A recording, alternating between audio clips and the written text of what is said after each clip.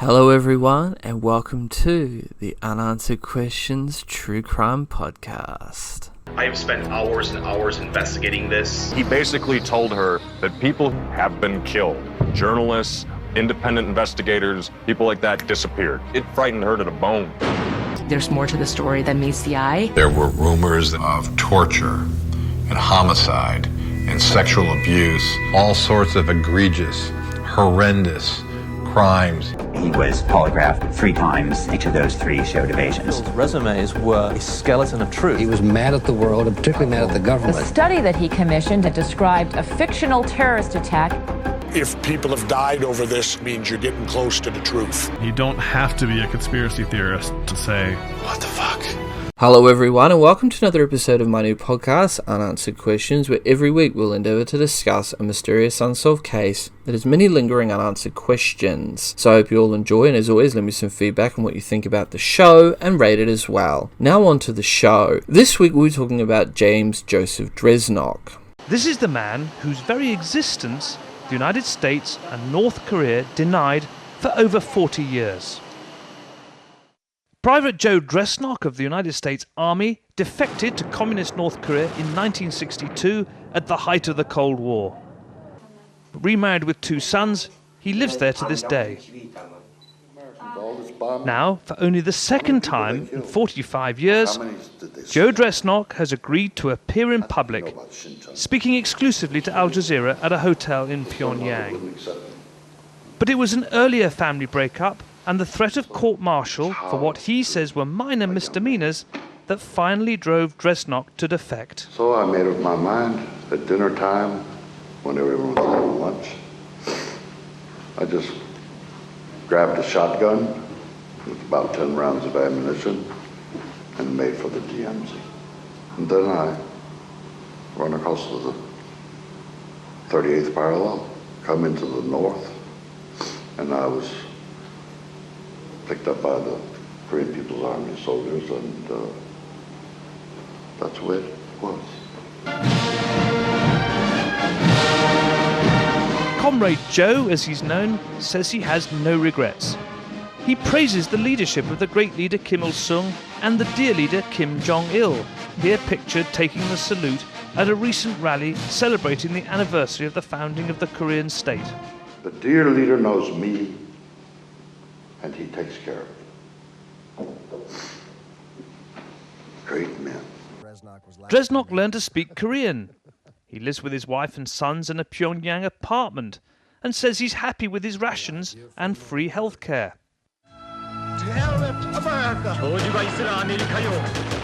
And in a remarkable twist, Dresnok has also played bit-part roles as American soldiers in propaganda movies directed by Kim Jong Il. Why do you think the United States has been able to finally make up with Vietnam, but seems unable to with the DPRK? In my personal opinion, it is because of long time history. The Americans had the plan to use North Korea as a stepping stone for invading China and Russia. Now something of a Cold War relic, Dresnok's fascinating story seems to belong to different times. To many Americans, he's a traitor, while to North Koreans, he's simply Comrade Joe. Mark Seddon, Al Jazeera, Pyongyang, North Korea. Joseph Dresnok, born November 24th of 1941 and died November 2016, was an American defector to North Korea, one of 7 US soldiers to defect after the Korean War. After defecting, Dresnok worked as an actor in propaganda films, some directed by Kim Jong Il, and as an English teacher in Pyongyang. He was featured on the CBS magazine program 60 Minutes on January 28th of 2007 as the last US defector alive in North Korea. He was also the subject of a documentary film Crossing the Line by British filmmakers Daniel Gordon and Nicholas Bonner, which was shown at the 2007 Sundance Film Festival. Dresnok most often called himself Joe Dresnok, but was also referred to as James or Jim Dresnok in media reports. He was known by most North Koreans as Arthur from his starring role in the miniseries Unsung Heroes, produced in 1978. Now we get into his early life. Dresnok was born in Norfolk, Virginia to Joseph Dresnok Sr. and Margaret Lucille Dresnok, née Mazzeli, who were married in South Mills, North Carolina on May 3rd of 1941. Joseph Dresnok Sr., born 1917 and died 1978, was born on February 3rd of 1917 in Greensburg, Pennsylvania, and died on March 16th of 1978 in, I'm going to butcher this name, Wyckoff, New Jersey. Joseph Dresnok Sr. served in the United States Army from November 23rd of 1937 until May 29th of 1940. The family was poor and fought over money. At one point, Margaret Dresnok fled with James and his younger brother Joseph Jr., driving for hours, and the three would sleep in the car, essentially becoming homeless. Neither of the boys attended school during this period, and they wandered from place to place with their mother while she attempted to earn money through prostitution. She would often drink in bars at night while leaving the boys in the car. Their family eventually tracked them down in Atlanta, after which Margaret lost custody of the children. Joseph Dresnok Sr. sent the two to live with relatives, with James going to live with an aunt and his brother with an uncle. He stated that his aunt was annoyed to be forced to raise her brother's child, and he would run away from home often. Joseph and Margaret Dresnok divorced on July 10th of 1951 in Richmond, Virginia. Dresnok's father initiated the divorce action, claiming that Dresnok's mother was legally married to another. Eventually, James's aunt returned him to his father's house in Pennsylvania, unwilling to deal with him anymore. However, by this point his father had already found a second wife and his brother had moved back in with them, with Joseph Sr. lying to his wife, saying he only ever had one son. After his father and stepmother got into an argument that night, the following morning James's father drove him to a retirement home a few towns away, saying they were on the way to visit a relative. Telling James to wait in the reception area, Joseph Sr. got back in the car and drove away. James would never come in contact with his mother, father, or younger brother again. Dresnok reported that after this he left the building and stole $20, then rode a nearby unattended bicycle, eventually being caught by the police. After almost being sent to a youth detention center, Dresnok was placed in a foster home in Glen Allen, Virginia, under the care of Presbyterian minister Carson T. Overstreet and his wife Margaret, where he felt welcomed. Dresnok would end up dropping out of high school and joined the army the day after his 17th birthday, believing it was one of the few opportunities available left for him. During a short-term leave period, he returned to Richmond, Virginia and married Kathleen Ringwood, who he had met at a church a short time earlier. Now we get into his defection. Dresnok's first military service was 2 years spent in West Germany. He reported being treated harshly after one minor offence, being forced to clean an armoured truck with a toothbrush in sub-zero temperatures. He described it as the first thought he had of crossing into a communist country, although ultimately abandoned the idea at the time, saying that, quote, "If you went to the DDR, they interrogated you and sent you back," end quote. After returning to the United States and finding out that his wife had cheated and left him for another man, he filed divorce papers at the request of his wife, and he re-enlisted and was sent to South Korea. He was a private first class with the 1st Cavalry Division along the Korean demilitarized zone between North and South Korea in the early 1960s. Depressed and having lost any hope for a future outside the army, Dresnok began spending all his military earnings on prostitutes and alcohol. Soon after his arrival, he found himself facing a court-martial for forging his sergeant's signatures on paperwork that gave him permission to leave the base, which ultimately led to his going AWOL, absent without leave. At the time, he was stationed around 20 kilometers, 12 miles east of Kaesong. Having lost hope for his life and future and being unwilling to face punishment, on August 15th of 1962, 3 hours before he was due to meet with Captain Thomas Bryan regarding the court-martial, while his fellow soldiers were eating lunch, he ran across a minefield in broad daylight into Kyongdong in North Korean territory, where he was quickly apprehended by North Korean soldiers. Dresnok was taken by train to Pyongyang, the North Korean capital, and interrogated. Sorry if I get any of those names wrong. Now we get to his life in North Korea. Quote, "I was fed up with my childhood, my marriage, my military life, everything. I was finished. There's only one place to go." End quote. Dresnok said this in an interview. Quote, "On August 15th at noon in broad daylight, when everybody was eating lunch, I hit the road. Yes, I was afraid. Am I going to live or die? And when I stepped into the minefield and I seen it with my own eyes, I started sweating. I crossed over, looking for my new life." End quote. And that's quoted from an interview that Dresnok did. Dresnok met Larry Allen Abashir, another US defector, soon after his arrival. Eventually there were 4 of them: Dresnok, Abashir, Jerry Parrish, and Charles Robert Jenkins. The men lived together and participated in several propaganda efforts on behalf of the North Korean government. They appeared on magazine covers and used loudspeakers to try to persuade more US soldiers at the border to defect. They did not wish to remain in North Korea indefinitely at first. In 1966, the 4 men tried to leave North Korea by seeking asylum at the Soviet embassy in Pyongyang, but the embassy immediately turned them over to the North Korean authorities. After that, Dresnok decided to settle in North Korea.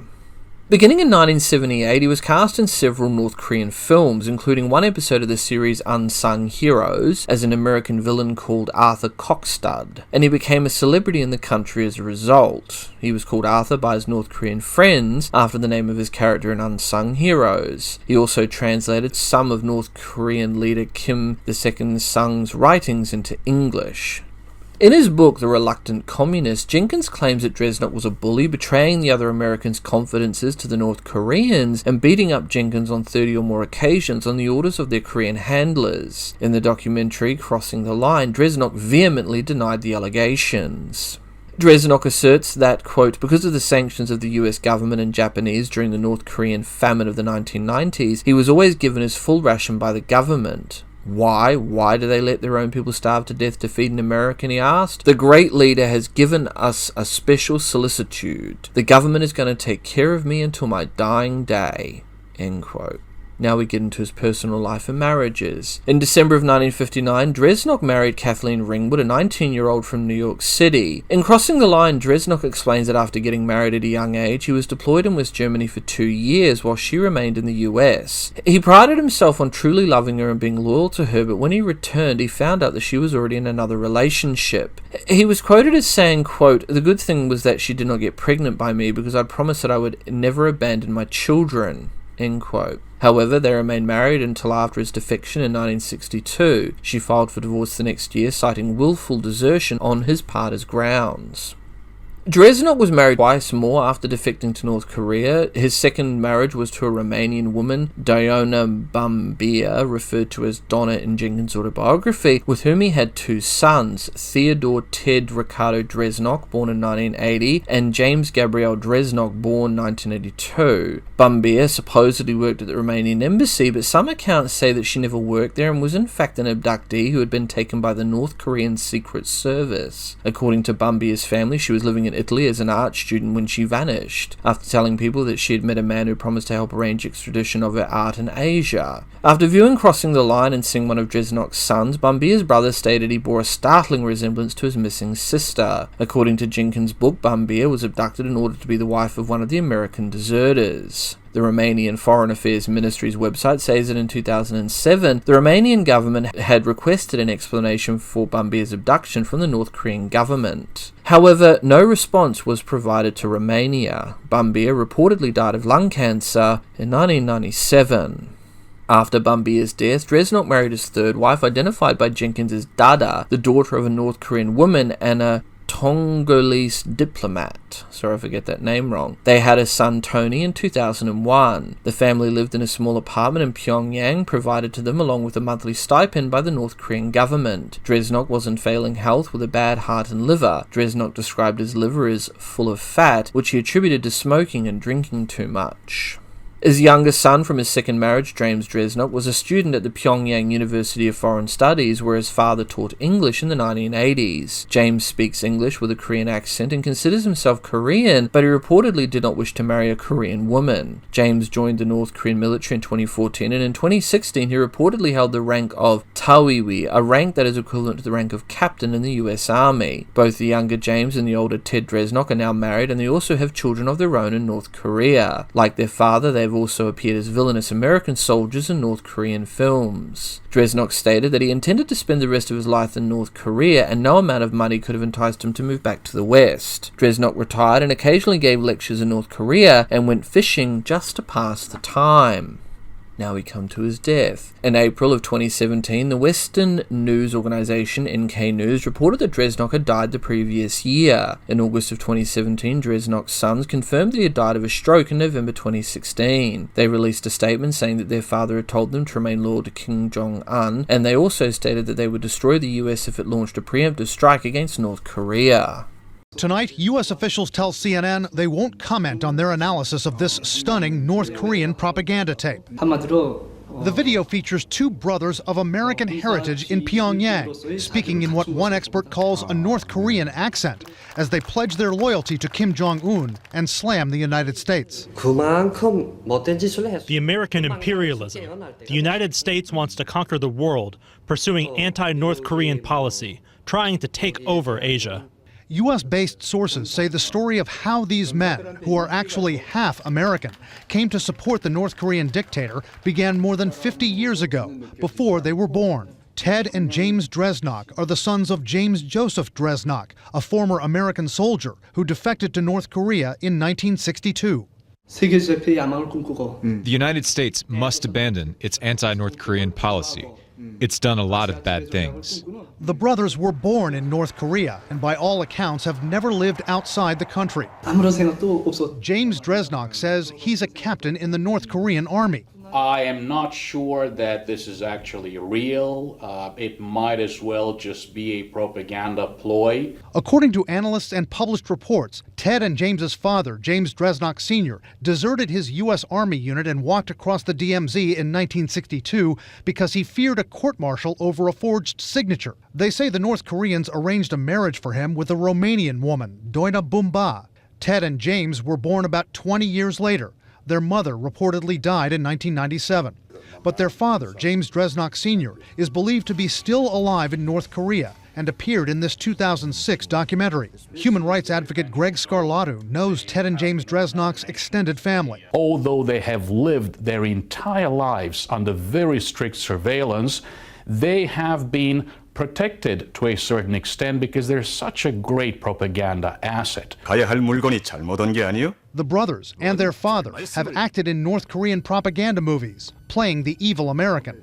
As for this interview, it's not clear if the Dresnok brothers were forced to say those things or if they really believe them. Remember, these two brothers were actually born in North Korea. It's the only world that they know.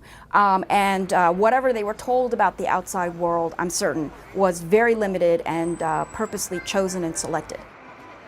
Human rights advocate Greg Scarlato says he doesn't think James and Ted Dresnok would be allowed to leave North Korea even if they wanted to. Now, would their father be punished by the U.S. military if he left? We got no immediate comment from the Pentagon on that. Another American defector, Charles Jenkins, was court-martialed by the U.S. Army when he left North Korea, but he was sentenced to only 25 days. The Pentagon has said there have been at least 4 American GIs who left their units and defected to North Korea since the 1960s.